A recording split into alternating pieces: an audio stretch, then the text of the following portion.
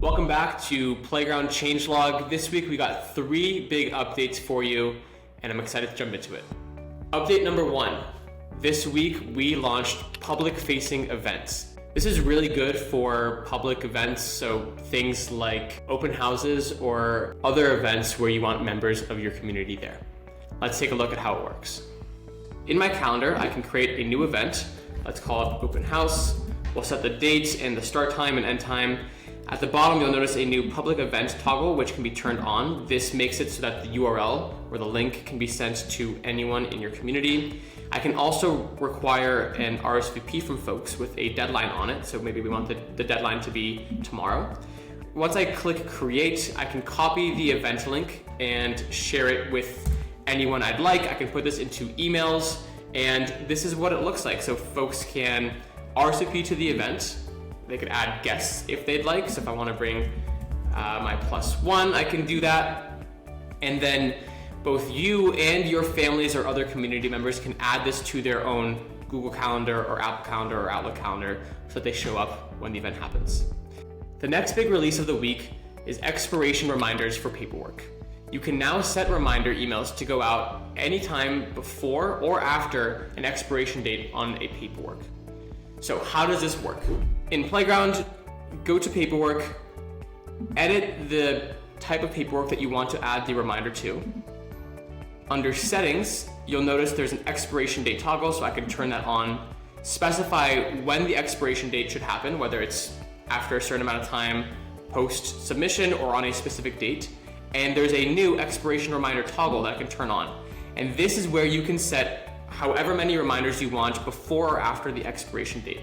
So I can add an expiration date 7 days before, 3 days before, and 1 day before. And if you still haven't done it, I can now do a reminder 1 day after expiration, 7 days after expiration, and maybe even 14 days after expiration. Hopefully we don't let it get to this point, but this allows you to do significantly less manual follow-up work and let the system do the work for you.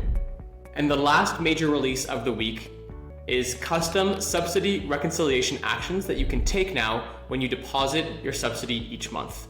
You can now determine what to do with the amount that's different between what you expected to receive from an agency and what you actually received from an agency. So whether you waive that amount or you write it to a certain bad debt account or you charge it directly to the family, you can specify what actions to take. So let's take a look at how this works.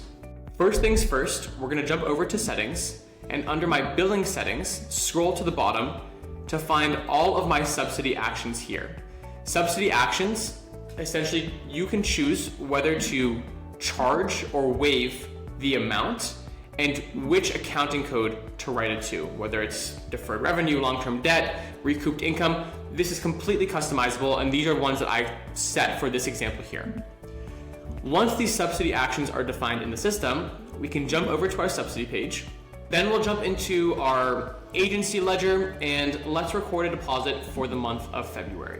It pulls up we have 3 children here with rates, and we're expecting to receive $1,200 per child here. We can then set the actual amount that we received. So maybe for this child, we received the full $1,200. For this child, we received $1,000 instead of $1,200, and for this child, maybe we were overpaid, $1,300.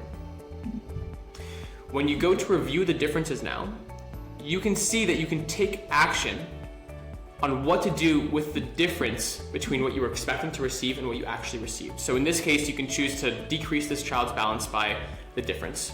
Or in this case here, you can choose whether to leave that balance on the child's profile or waive it and post it to a certain long-term debt account. Or maybe we want to just post this to deferred revenue because we're expecting the agency to pay us in the following month. Meanwhile, at the bottom, for the child that we received the full amount that we expected, it just shows that there's no difference here. So when we finish and record, those actions are now taken. This new feature makes it easier than ever to reconcile your revenue and make sure that you're appropriately tracking and monitoring where your subsidy revenue is coming from. That's it for this week. We'll catch you next time on our changelog.